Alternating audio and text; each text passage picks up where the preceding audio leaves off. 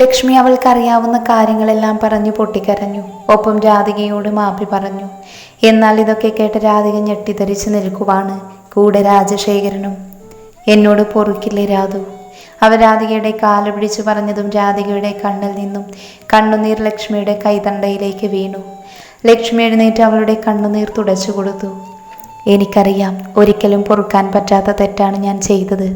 എനിക്ക് മനസ്സിലാകും നിന്റെ ഇപ്പോഴത്തെ മാനസികാവസ്ഥ. ഒരമ്മയ്ക്കൊന്നും ഇത് സഹിക്കാൻ കഴിയില്ല. ഇങ്ങനെയൊരു കുഞ്ഞുകൂടി ഉണ്ടെന്നുള്ള കാര്യം പോലും നിനക്കറിയില്ല. നീ ഒരു സുപ്രഭാതത്തിൽ തൻ്റെ കുഞ്ഞിനെ കുറിച്ച് അറിയുമ്പോൾ നിനക്കതൊന്ന് ആക്സെപ്റ്റ് ചെയ്യാൻ ബുദ്ധിമുട്ടായിരിക്കും, ഒപ്പം സങ്കടവും. ഇത് പറയാതിരുന്ന ഇവൾ നിങ്ങളോട് പക വീട്ടിയാലോ എന്നൊരു പേടി. ഒന്നും അറിയാത്ത പാർവതിയെ കൊല്ലാൻ നോക്കിയവളാണ്. എന്തിനും അടിക്കില്ല. എനിക്കിപ്പോൾ ഒരാശ്വാസമുണ്ട്. പാർവതി മോൾ ജീവനോടെ ഉണ്ടല്ലോ. ഇല്ലെങ്കിൽ ഈ ഒരു കാര്യം ഞാൻ പറയാതെ വേദനിച്ച് ജീവിക്കേണ്ടി വന്നേനെ. നീറി ജീവിക്കുന്നു. ഈശ്വരൻ തന്ന ശിക്ഷയാ. അനുഭവിക്കാൻ ഞാൻ ബാധ്യസ്ഥയാണ്. അതുപോലൊരു ക്രൂരതയല്ലേ ചെയ്തത്. ഞാൻ ഇറങ്ങുവാണ്, പിന്നെ വരാം. അത്രയും പറഞ്ഞുകൊണ്ട് ഇറങ്ങാൻ നിന്ന ലക്ഷ്മിയെ മഹാദേവൻ തടഞ്ഞു. ലക്ഷ്മിയമ്മ ഇപ്പോൾ പോകണ്ട, ഇവിടെ നിൽക്കാം. ഞങ്ങൾക്കും കുറച്ച് കാര്യങ്ങൾ പറയാനുണ്ട്.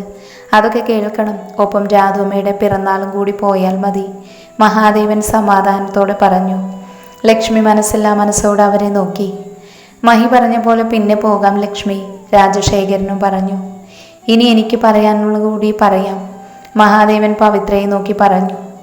പവിക്കൊരു കാര്യം അറിയാമോ? നീ വന്നന്ന് ഞാൻ അറിഞ്ഞു എൻ്റെ അരികിൽ വന്നിരിക്കുന്നത് പാർവതിയല്ല എന്ന്. എത്രയൊക്കെ എൻ്റെ പാർവതിയാകാൻ ശ്രമിച്ചാലും നിന്നെ കൊണ്ടാകില്ലായിരുന്നു പവിത്രേ. തുടക്കം മുതൽ എനിക്ക് നിന്നെ സംശയമുണ്ടായിരുന്നു. എത്രയൊക്കെ തിരക്കുണ്ടെങ്കിലും എൻ്റെ ദേവി അമ്പലത്തിൽ പോയി വന്ന എൻ്റെ അരികിൽ വന്ന് എൻ്റെ തിരുനെറ്റിയിൽ ചന്ദനം തൊടുവിച്ചേ പോകൂ. ഇന്നേ വരെ അത് തെറ്റിയിട്ടില്ല. തുടക്കം തന്നെ നിൻ്റെ ആക്ടിങ് കയ്യിൽ നിന്നും പോയി. അന്ന് ഞാൻ ചോദിച്ചതൊക്കെ ഓർമ്മയില്ലേ? അന്ന് അമ്പലത്തിൽ നിന്നും വന്ന പവിത്ര നേരെ അടുക്കളയിലേക്ക് പോയി. തൻ്റെ അരികിലേക്ക് പോലും വരാതെ, ചന്ദനം പോലും തൊട്ട് തരാതെ പോകുന്നവളെ സംശയത്തോടെ നോക്കി നിന്നു പോയി മഹാദേവൻ. ഇവൾക്കിതെന്തു പറ്റി? പാറു, മഹാദേവൻ വിളിച്ചു. എന്ത് മഹിയേട്ടാ, എന്തിനിങ്ങനെ വിളിക്കുന്നേ? മഹാദേവനോട് മറുപടി കൊടുത്തുകൊണ്ട് പവിത്ര ചെന്നു. അയാൾ പാർവണയെ ചൂണ്ടി സംശയത്തോടെ തൻ്റെ മുന്നിൽ നിൽക്കുന്നവളെ നോക്കി. തൻ്റെ പാർവതിയല്ല എന്ന് അവന് മനസ്സിലായി. അതിനൊരു കാരണമേ ഉണ്ടായിരുന്നുള്ളൂ, പവിത്രയുടെ വിളി മഹി. ഒരിക്കൽ പോലും പാർവതി മഹിയേട്ടൻ എന്ന് വിളിച്ചിട്ടില്ല. അതിവിടെയുള്ളവർക്കൊക്കെ അറിയാം. മഹാദേവനും പാർവതിയും ദേവിയും, പാർവതിക്ക് മഹാദേവൻ ദേവേട്ടനുമാണെന്ന്. നീ പൊക്കോ പാർവതി, ഞാൻ പാർവണയെ വിളിച്ചതാണ്. ഇനി വിളിക്കില്ലേ, ഞാൻ തിരക്കിലാണ്, അയാളെ നോക്കി പറഞ്ഞുകൊണ്ട് പവിത്ര എന്ന പാർവതി പോയി. എന്നാ മഹാദേവൻ സംശയത്തോടെ പാർവതിയെ നോക്കി നിന്നു. അച്ഛനെന്തിനാ വിളിച്ചത്? പാർവണ അങ്ങോട്ടേക്ക് കടന്നു വന്ന് ചോദിച്ചു. ഒന്നുമില്ല, നീ പൊക്കോ, അയാൾ പറഞ്ഞതും പാർവണയും പോയി. മഹാദേവൻ തൻ്റെ സംശയം തീർക്കാൻ അടുക്കളയിലേക്ക് പോയി. പാചക രീതിയിലൊക്കെ ഒരു മാറ്റം അയാൾക്ക് തോന്നി. പാർവതി ചെയ്യുന്നത് പോലെയല്ല. പെട്ടെന്ന് തൻ്റെ ഫോണിൽ നോട്ടിഫിക്കേഷൻ സൗണ്ട് കേട്ട് അതിലേക്ക് നോക്കാൻ പോയപ്പോഴാണ് പവിത്രയുടെ കയ്യിലെ ടാറ്റു കാണുന്നത്. മഹാദേവന് തൻ്റെ കണ്ണുകളെ വിശ്വസിക്കാനായില്ല. പെട്ടെന്ന് ആരും തിരിച്ചറിയൂല ടാറ്റു. അയാൾ ഫോണിലേക്ക് നോക്കിയപ്പോൾ കണ്ടു പാർവതിയുടെ കൂട്ടുകാരി ശ്രീദേവിയുടെ ഭർത്താവിൻ്റെ മെസ്സേജ്. അതിലെ മെസ്സേജ് വായിച്ചതും അയാളിൽ ഒരു ഞെട്ടലുണ്ടായി. മഹാദേവ, നിന്റെ കൂടെയുള്ളത് പാർവതിയല്ല. അവിടെ ഒച്ചപ്പാടിനൊന്നും നിൽക്കാതെ എത്രയും പെട്ടെന്ന് തിരുവാണിപുരം ലക്ഷ്മി ആശുപത്രിയിലേക്ക് വാ. അയാൾ അപ്പോൾ തന്നെ തൻ്റെ മുൻപിലുള്ളവർ രൂക്ഷമായി നോക്കിക്കൊണ്ട് തൻ്റെ മുറിയിലേക്ക് പോയി. കാശിയുടെ പിറന്നാൾ കൂടാതെ ബിസിനസ് ട്രിപ്പ് എന്ന് പറഞ്ഞുകൊണ്ട് അയാൾ പോയത് ഉണ്ണികൃഷ്ണൻ പറഞ്ഞ ആശുപത്രിയിലേക്കായിരുന്നു. അവിടെ ചെല്ലുമ്പോൾ തൻ്റെ പ്രാണനെ കാണുന്നത് അതും ഐസിയുവിൽ.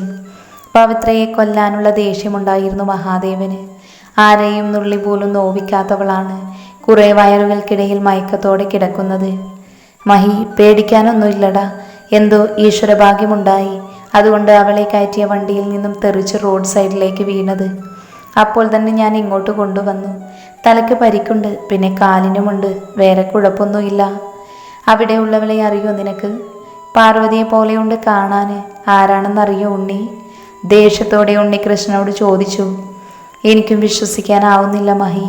കാരണം ഞാൻ ആദ്യം ചെന്ന് മിണ്ടിയത് നിന്റെ വീടിൻ്റെ ഉള്ളവരുടെ അടുത്തായിരുന്നു. നിങ്ങൾ കാളു മാറിയെന്ന് പറഞ്ഞു അവൾ മാറിപ്പോയി. അപ്പോൾ തന്നെ എനിക്കൊരു സംശയം തോന്നി. അവൾ അറിയാതെ ഞാൻ അവളെ പിന്തുടർന്നു. അവിടെ ചെന്നപ്പോൾ അവൾ ഒരു കാറിൽ കയറി. പക്ഷെ എന്നെ ഞെട്ടിച്ചത് മറ്റൊന്നായിരുന്നു. ഒരു പ്രായമായ ആളെയും പിടിച്ചുകൊണ്ട് വരുന്ന പാർവതിയെ കണ്ടാണ്.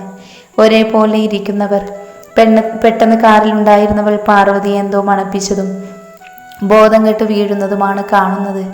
ഞാൻ അങ്ങോട്ട് ചെല്ലാൻ പോയതും വേറെയും കുറേ ആളുകൾ ഗുണ്ടകളെ പോലെ ഇരിക്കുന്നവർ വന്നു. അതുകൊണ്ട് പോയില്ല. പോയിരുന്നെങ്കിൽ ഇവളെ എനിക്ക് രക്ഷിക്കാനാകുമായിരുന്നില്ല. എന്നെ അവരൊക്കെ കൂടി എന്തേലും ചെയ്തേനെ. അതുകൊണ്ട് പിന്തുടർന്നു. ആക്സിഡന്റ് പ്ലാൻഡ് ആണ്. കാരണം ആ കാറ് കൊക്കയിലേക്ക് വീഴുന്നത് നോക്കി അവർ നിന്നു. അതിനുശേഷമാണ് പോയത്. ഞാൻ ചെല്ലുമ്പോൾ ഒരു വശത്തായി പാർവതി തെറിച്ചു വീണിരിക്കുന്നു. വേഗം തന്നെ അവളെ രക്ഷിച്ചു. എങ്ങനെയാടാ നിന്നോട് നന്ദി പറയുന്നേ? എൻ്റെ പ്രാണനാണിവൾ. ഏയ് കരയാതെ. പിന്നെ ഇപ്പോൾ ഇവിടുന്ന് മാറ്റണ്ട. എന്തൊക്കെയോ നിങ്ങളുടെ ജീവിതത്തിൽ നടക്കുന്നുണ്ട്. ആദ്യം അതൊന്ന് അന്വേഷിക്കാം. എന്നിട്ട് മതി ഇവൾ അങ്ങോട്ടേക്ക് കൊണ്ടുപോകൽ.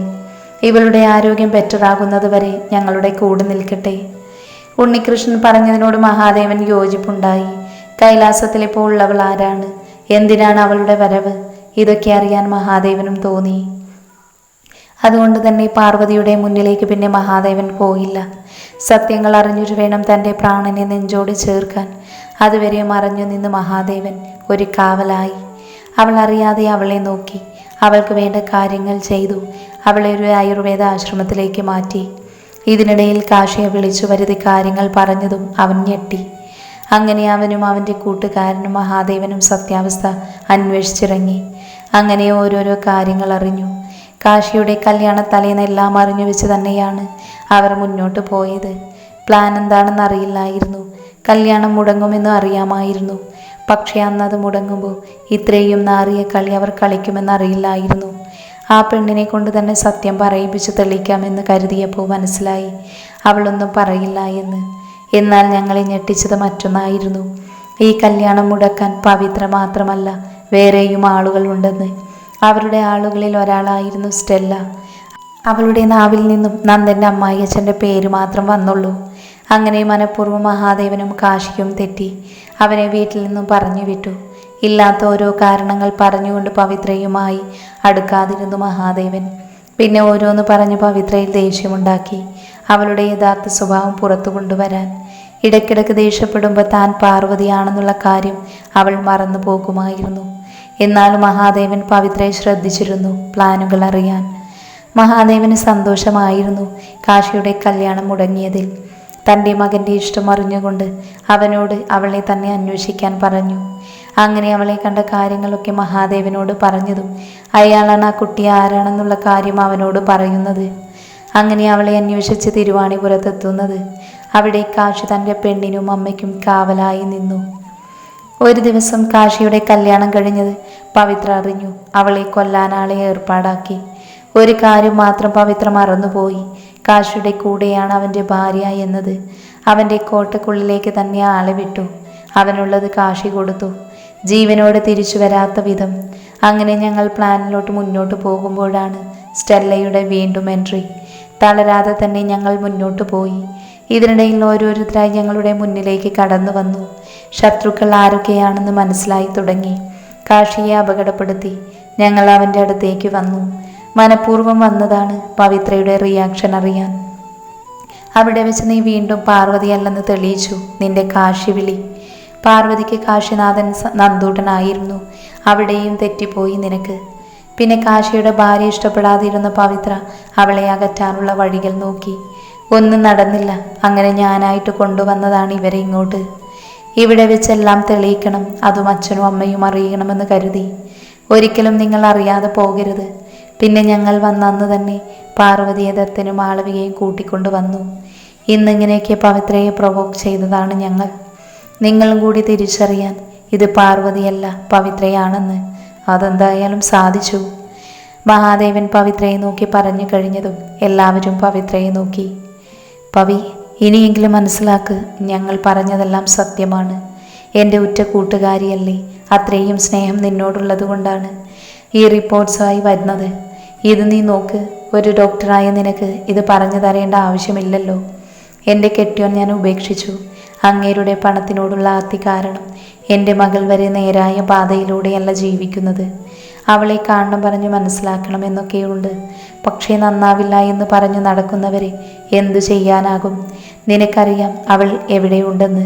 ഇനി എന്തായാലും നിങ്ങൾ രണ്ടുപേരും സുരേഷിൻ്റെ സഹായം തേടില്ല. കാരണം മാനസിക നില തെറ്റിയല്ലോ. അയാളെ കൊണ്ട് നിങ്ങൾക്കൊരു ഉപകാരവും ഉണ്ടാകില്ല. എനിക്കെൻ്റെ മകളെയെങ്കിലും നേരായ വഴിക്ക് കൊണ്ടുവരണം.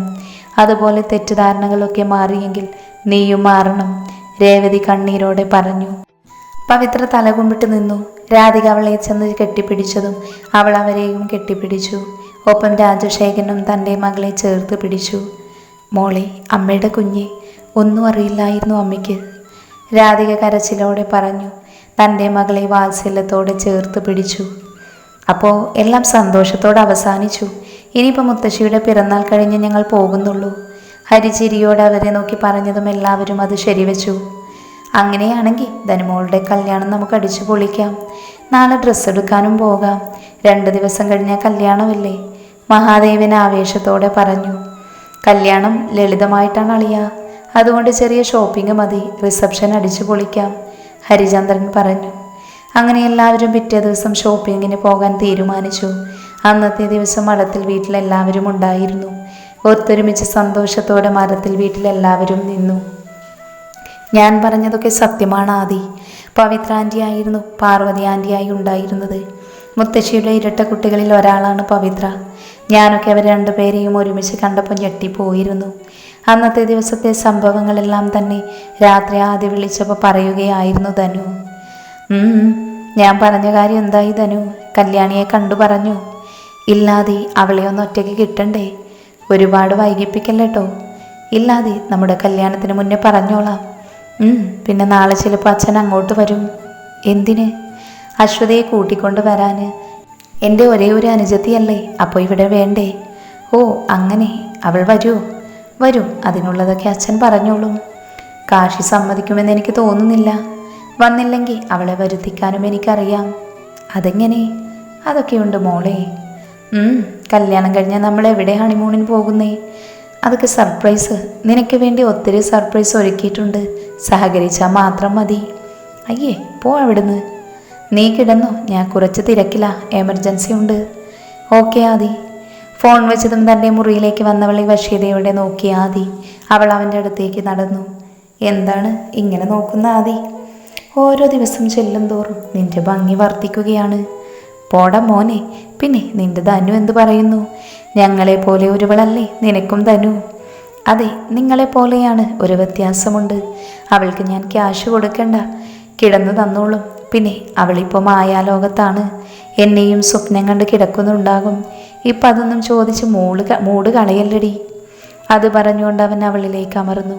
അവരുടെ നിശ്വാസങ്ങളും ഷീൽക്കാര ശബ്ദവും മാത്രമായി ആ മുറിയിൽ. ഇതൊന്നും അറിയാതെ തൻ്റെ പ്രാണനെ സ്വപ്നം കണ്ടവൾ മയങ്ങി. ശ്രീനാഥിൻ്റെ മുറിയിൽ നിന്നും ഇറങ്ങിയ അവൻ്റെ അമ്മയുടെ കണ്ണുകൾ നിറഞ്ഞു. ഇന്നേവരെ അങ്ങനെ കയറേണ്ടി വന്നിട്ടില്ല അവർക്ക്.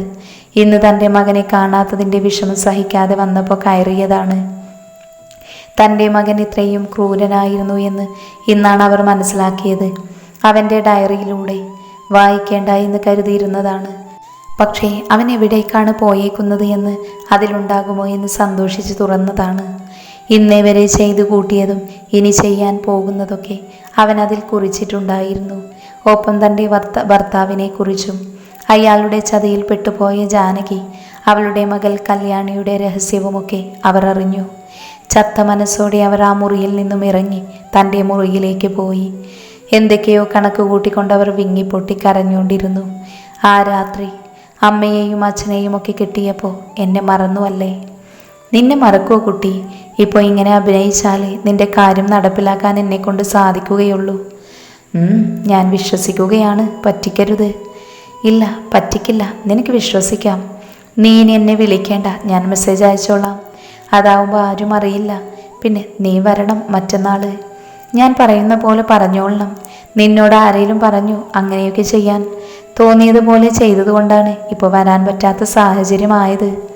സോറി, വേഗം കാര്യങ്ങൾ നടക്കാൻ വേണ്ടിയിട്ട് ചെയ്തതാണ്. അത്രയ്ക്ക് ഭ്രാന്തായതുകൊണ്ടല്ലേ. ഇനി ഞാൻ പറഞ്ഞതുപോലെ ചെയ്താൽ മതി.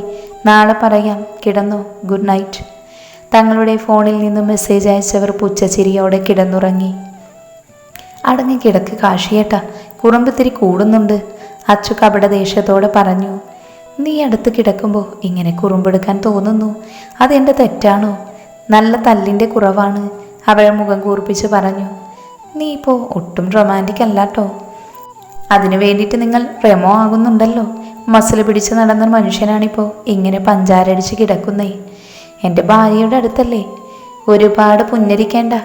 നിങ്ങളുടെ അച്ഛനും പറഞ്ഞല്ലോ നിങ്ങളുടെ കാമുകിയെക്കുറിച്ച്, ആ നാട്ടുകാരിയാണല്ലേ.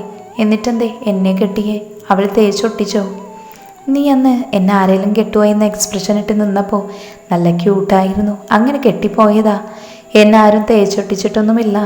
അവൻ അവളുടെ കുറുമ്പ് കാണാനായി ചുണ്ട് പിടിപ്പിച്ചു. മിണ്ടാപ്പൂച്ചയെ പറഞ്ഞത് പിടിച്ചില്ലല്ലേ? അവളുടെ മുഖം വീർത്തു. ഇല്ല. മാറിക്കിടക്കങ്ങോട്ട്, എന്നെ തൊട്ടുരുമാൻ വരണ്ട. നിങ്ങളുടെ മിണ്ടാപ്പൂച്ചയെ പിടിച്ചാൽ മതി. അത് ഞാൻ അധികം വൈകാതെ പിടിച്ചോളാം. ഇപ്പം എൻ്റെ അച്ചുമ്മയെ കെട്ടിപ്പിടിച്ച് ഞാൻ കിടക്കുകയുള്ളൂ. കാശി അച്ചുവിനെ കെട്ടിപ്പിടിച്ചതും അവൾ തള്ളി മാറ്റാൻ നോക്കി. എവിടെ, ഒരടി അവൻ നീങ്ങിയില്ല. ഉടുമ്പ് പിടിക്കുമ്പോൾ അള്ളിപ്പിടിച്ച് കിടക്കുവാണവൻ. തൻ്റെ ശക്തി ഒക്കെ കുറഞ്ഞതും അവൾ അടങ്ങി ഒതുങ്ങി അവൻ്റെ ചൂടുപറ്റി കിടന്നു. അച്ചൂസേ, എൻ്റെ ചക്കരയോട് ഞാനൊരു കാര്യം പറയാം. ഇന്നല്ല നമ്മുടെ മാത്രമായ ദിവസം, അന്ന് തിരുവാണിപുരത്തെ വീട്ടിൽ വെച്ച് നമ്മൾ മാത്രമുള്ള ആ ദിവസം എൻ്റെ കുഞ്ഞിനോട് ഞാനെല്ലാം പറയാം. അതുവരെ ക്ഷമിക്കടി. അവളെ ചേർത്ത് പിടിച്ച് കാതോരം പറഞ്ഞതും അവൾ അവൻ്റെ ചുണ്ടിൽ അമർത്തിമുത്തി. എന്നാൽ കാശി അവളുടെ ചുണ്ടുകളെ കവർന്നു. അവൻ്റെ സ്നേഹമെല്ലാം ആ ചുംബനത്തിലൂടെ പങ്കുവച്ചു. എൻ്റേതാകുന്ന ആ നാളിൽ എൻ്റെ സ്നേഹം അത് നിന്നിൽ അഗ്നി പോലെ പടർന്നു കയറും. അത്രയും തീവ്രമാണ് എൻ്റെ സ്നേഹം. നീ എന്ന പ്രണയത്തിൽ ഉരുകുകയാണ് എൻ്റെ ഹൃദയം. ഒരു നോവായി നിന്നിലേക്ക് അലിയുവാൻ, എൻ്റെ സ്നേഹം മുഴുവൻ നിന്നിലേക്ക് നിറയ്ക്കുവാൻ എൻ്റെ ഹൃദയം വെമ്പുകയാണ്. തൻ്റെ പ്രാണനെ ചേർത്ത് പിടിച്ചുകൊണ്ടവൻ മനസ്സിൽ മൊഴിഞ്ഞു. ആ നല്ല നാളിനായി അവർ കാത്തിരുന്നു.